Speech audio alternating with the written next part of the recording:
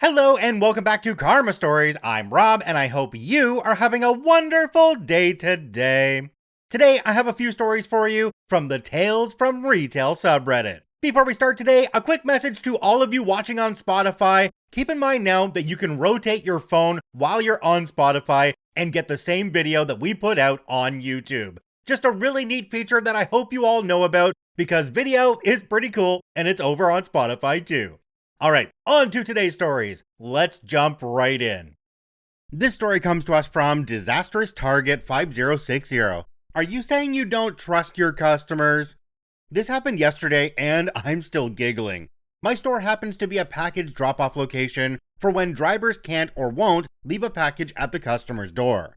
There is a very strict rule of the customer presenting their physical government-issued ID to us before we'll give them their package. Most customers understand why this rule is in place and are fine with it. This customer was not. Customer walks in and sees the big sign that says they need their ID. I forgot my ID at home. If I give you my name and address, can I get my package? Sorry, no, you need your ID. Alright, I'll be back. The customer didn't seem upset when they left, and I went back to cataloging the merchandise that had been water damaged by a freak accident. About an hour later, the customer returns. Welcome back. Give me my package. I don't see why you wouldn't give it to me earlier. Who else is going to have my name and address? It's the rule. It's to make sure that we're giving the right package to the right person.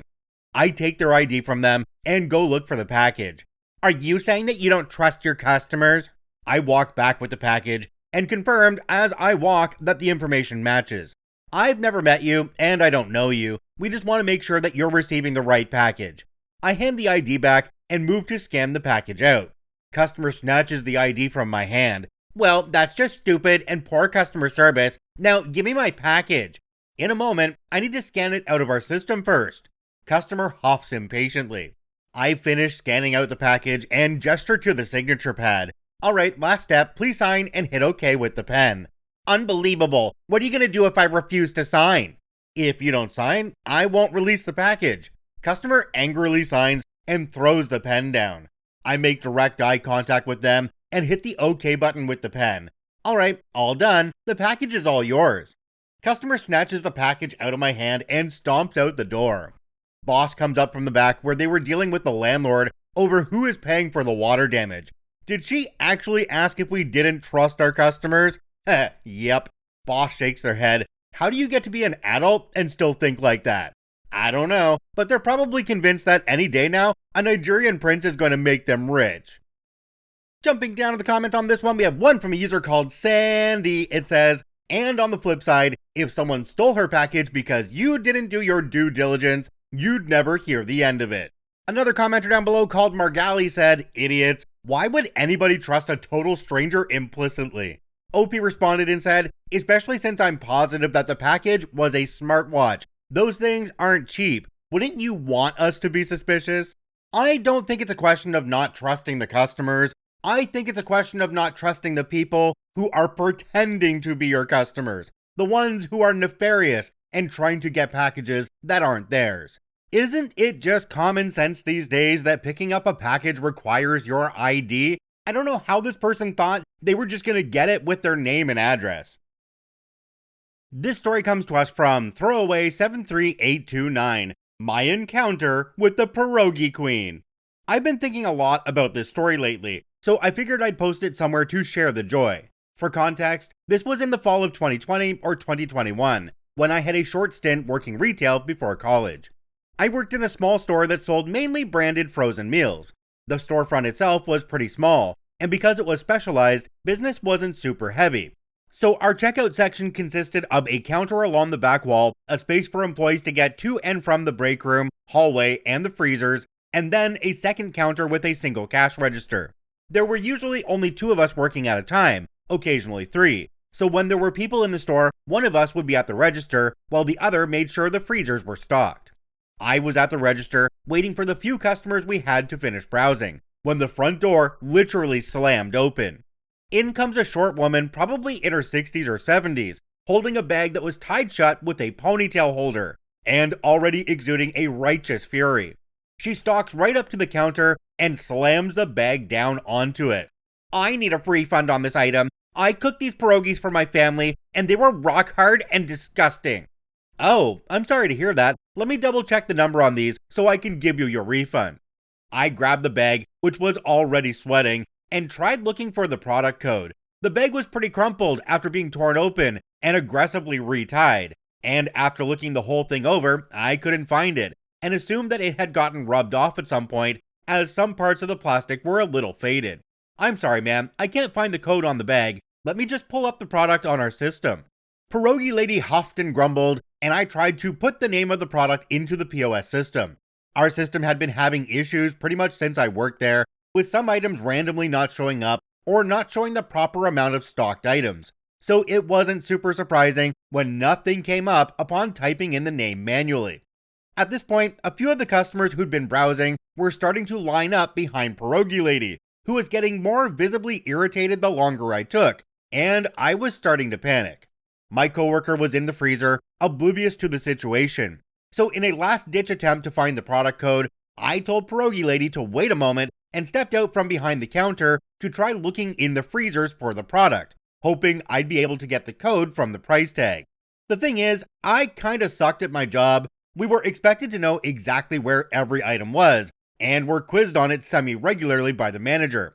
And for some reason, I just couldn't keep the item straight in my head. All I was thinking was, as I ran from freezer to freezer, was how stupid I looked, and that my manager was going to be on my butt again for not knowing that the home-style tuna casserole was in the freezer beside the creamy hash brown casserole, and for not being able to find those gosh darn pierogies anywhere. Eventually, after looking in every single freezer and not seeing a single pierogi, I had to admit defeat. Every customer that had been browsing was now in the line, and Pierogi lady looked like she was about to explode. So I went back behind the counter, sweating, and trying not to have a panic attack. I'm so sorry, ma'am, but I can't find the product code for your item anywhere. Why do you need that stupid thing? Just give me my refund. I'm sorry, but without the code, I can't give you a refund. We have to input the code into the system in order for the machine to process. Let me speak to your manager. My manager isn't currently in the store, but I can, then get him on the phone. At this point, thoroughly convinced that this is my fault, I ducked back into the employee hallway and grabbed the handset to call my manager, Ron. I was panicking and trying not to cry, and could hear Pierogi lady complaining to the people in line behind her from where I was standing. Hi Ron, sorry to bother you, but I have a woman here asking about a refund, and I can't find the product code anywhere on the bag or in the system. What is she trying to get refunded? It's a bag of pierogies, but the system is glitching again, and it's not coming up, and I don't think we have any stocked. Wait, pierogies? Yes, that can't be right. Company name hasn't manufactured pierogies in at least 5 years. I think I was genuinely struck dumb.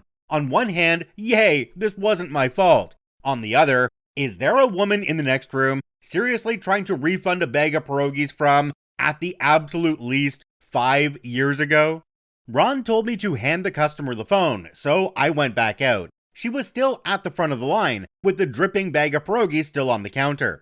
After I gave her the phone, I grabbed the pierogies and put them on the back counter behind the register so I could ring up the next customer. Or, at least, I would have done so if Pierogi lady had moved. She was just standing there at the front of the line with at least 4 people in line behind her, yelling into the phone to my manager about his disrespectful employees and her unacceptable pierogies. It took the man in line behind her and my manager on the line both telling her to move for her to actually get out of the line and stand off to the side, still yelling. I quickly rung up the rest of the customers, apologizing profusely, but all of them were extremely nice about the situation and seemed more amused than anything. At some point, Pierogi lady hung up, came back up to the counter, and slammed the phone down like she was trying to break it. By the time I'd finished with all of the customers, she'd left, and the store was blissfully quiet once more. At some point, my coworker Sean had come out to help me finish bagging up the customers and switch me out at the register. I was about to head to the back to grab the jacket and gloves we used for stocking the freezers when I noticed something.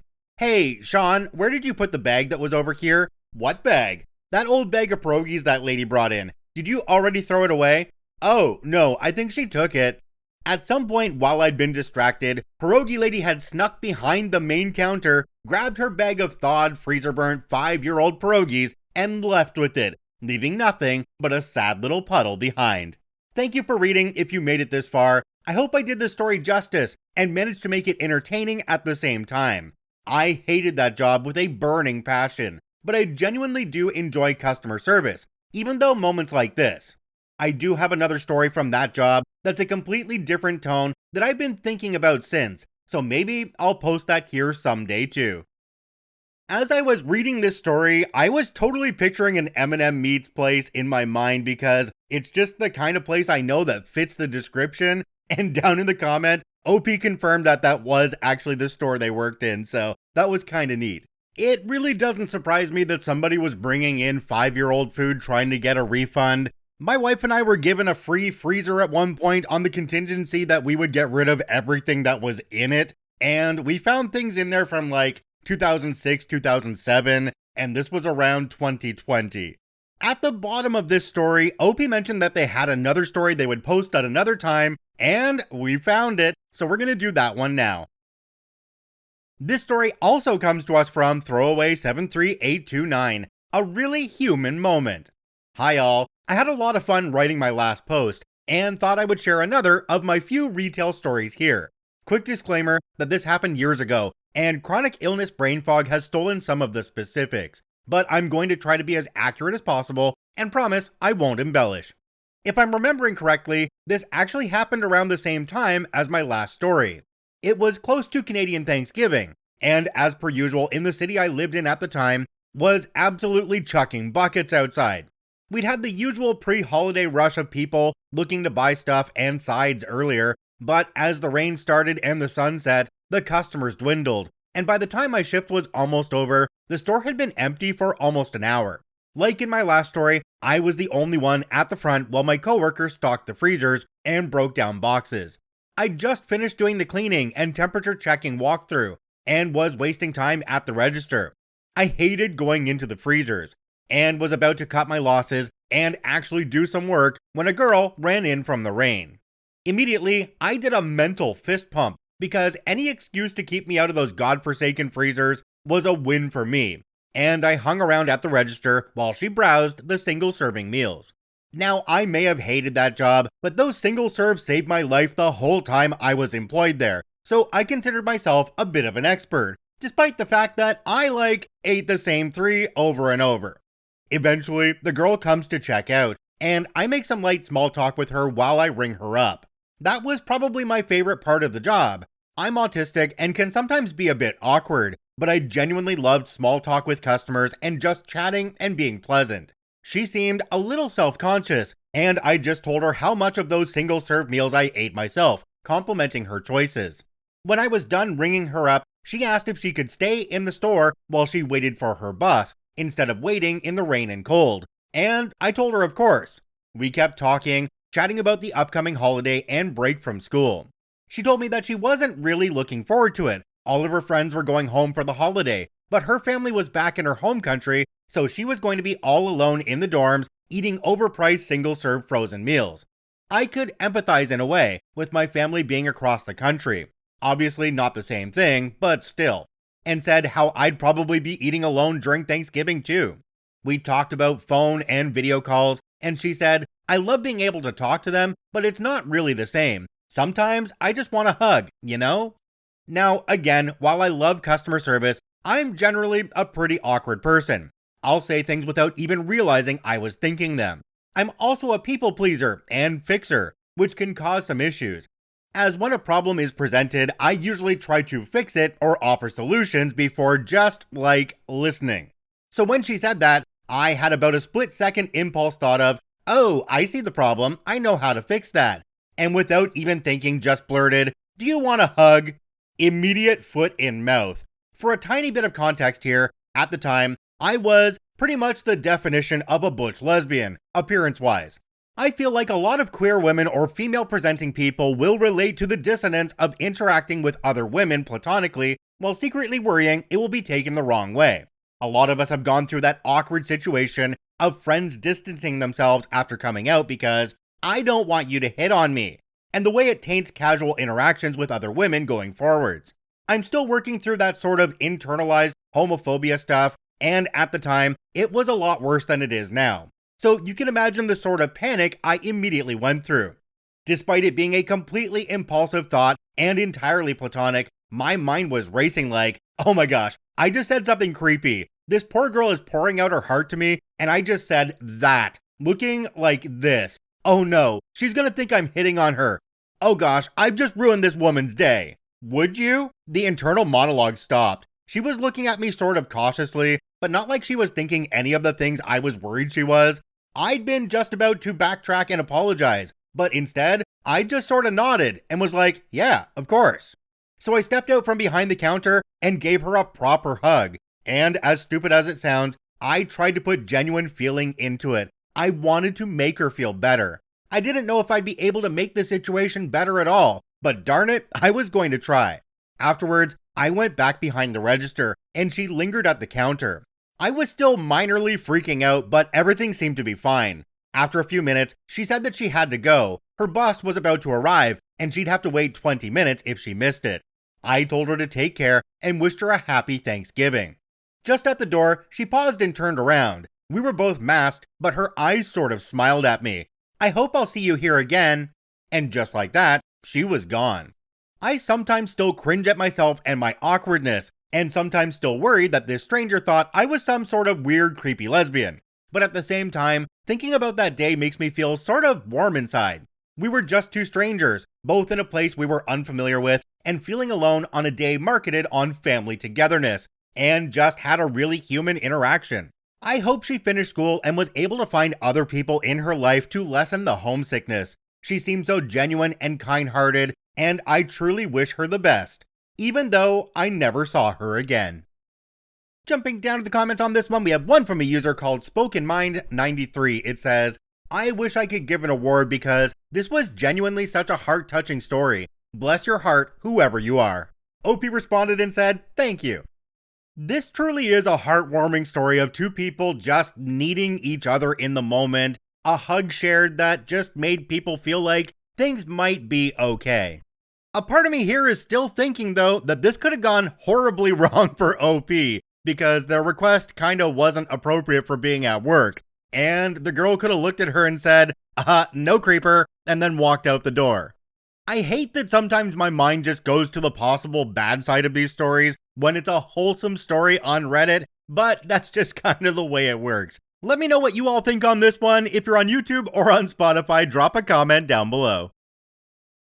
This story comes to us from VirtualPie5732. Customer has my back about annoying policy. Years later, I return the sentiment. Okay, so one of my biggest pet peeves when I worked retail was my manager's insistence that I had to check up on the customers like every 5 minutes. The store I worked in was small enough that you could see everyone and what they are doing from the register. It was especially annoying when I had stuff to do behind the register. So this instance, several years ago, I'm in the store and it's very slow. No one is in there at the moment, but inventory is in, so I have something to do. Someone walks in, I greet them, hey, my name is Sam, let me know if you need anything, list some sales. The customer's like, okay, and they go about browsing. Manager comes out from the back, probably not even 10 minutes later, walks over to me and asks if I helped the one person in the store. I told him I greeted him and if he needed anything to come get me. Doesn't satisfy my manager, so I'm forced to walk up to the guy and ask him again, not even 10 minutes have gone by, if he needs help. He says no, he's just looking around and seeing what's on sale. I leave him alone and he continues to wander about the store. Only roughly 5 minutes goes by when my manager himself walks up to the guy and asks him if he needs help. Dude is now clearly annoyed, but politely tells my manager he's fine on his own. Manager comes over to the register and stands next to me. Just a little over 5 minutes goes by and he tells me to go again and ask if the guy needs help.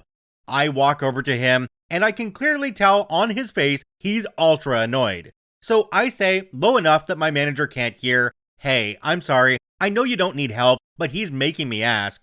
The guy is still annoyed, but there's a look of understanding now. So he goes rather loudly so my manager can hear, thanks, I'm fine, I don't need help. If I do, I can find you. I'm not a baby who needs to be walked around the store.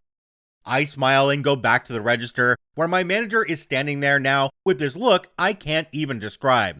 but he finally goes to the back, and for the rest of the day, he didn't bother me about bothering customers. Cut to present day. I'm a customer wandering the mall. I go into a clothing store. There's like 4 people working there. I'm greeted and proceed to wander the store because I'm just browsing. I'm barely in the store for 10 minutes, and every single worker there has come up to me and asked me if I need help. After 2 of them had come up for a second time, I finally go, "You know what? I'm not okay. Could you get your manager, please?" The girl I asked looks confused, but goes and gets a manager. Manager comes out with that standard overly strained customer service smile and asks me what's wrong. I told her that I'm annoyed with the fact that I'm basically being followed around the store. I don't need to be asked 20 times if I need help. If I need help, I can find someone. I'm just browsing, and all this badgering is making the experience very less enjoyable. And now, I don't want to shop here anymore. I understand that this is a policy you guys make your employees do, but I'm letting you know right now, it's a very bad policy. I'm going to leave now, and I want you to know it's because of that. Her smile very much dims, and it's clear on her face she's trying to process a proper sentence to respond. Meanwhile, I noticed a little off to my left 2 employees watching us, both smirking and smiling. One doing their best to hold in laughter, and the other one is quickly texting on their phone. I'm assuming some kind of sales associate group chat or a friend. Before the manager can finish her apology, I just politely tell her I'm leaving again and exit the store. Also, I know some stores do this to prevent theft, but you don't need to hound your customers.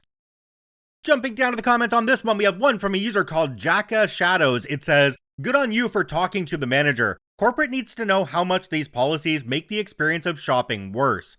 I hate these policies so much, and they very much affect my store choices. If I go into a store, I am happy being greeted, or not. But if I'm not doing the customer looking around for an employee dance, leave me the heck alone. My favorite perfume is sold by Bath & Body Works, and I hate any time I need to go in there for more and will avoid it as much as possible. Luckily, my mother likes them and will often bring me some when she comes to visit." I always found this was worse in the stores where they had a commission structure. If the salespeople were making commission based on their sales, they would hound you left, right, and center the whole time you were in the store. It was especially bad walking into a Future shop because you couldn't get more than 10 feet in before somebody was right up your butt and then following you around the store. Now, I'm not sure if Future Shop was anywhere else in the world besides Canada, but it was bought out by Best Buy and was pretty much the exact same kind of store. Alright, I think we'll end this one here. If you enjoyed this episode, make sure to follow us on your preferred podcasting platform. If you're on Spotify, remember you can rotate your phone now and get the same video there that we put up on YouTube. I thank you all for watching and listening. I hope you have a wonderful, amazing day, and we'll see you tomorrow.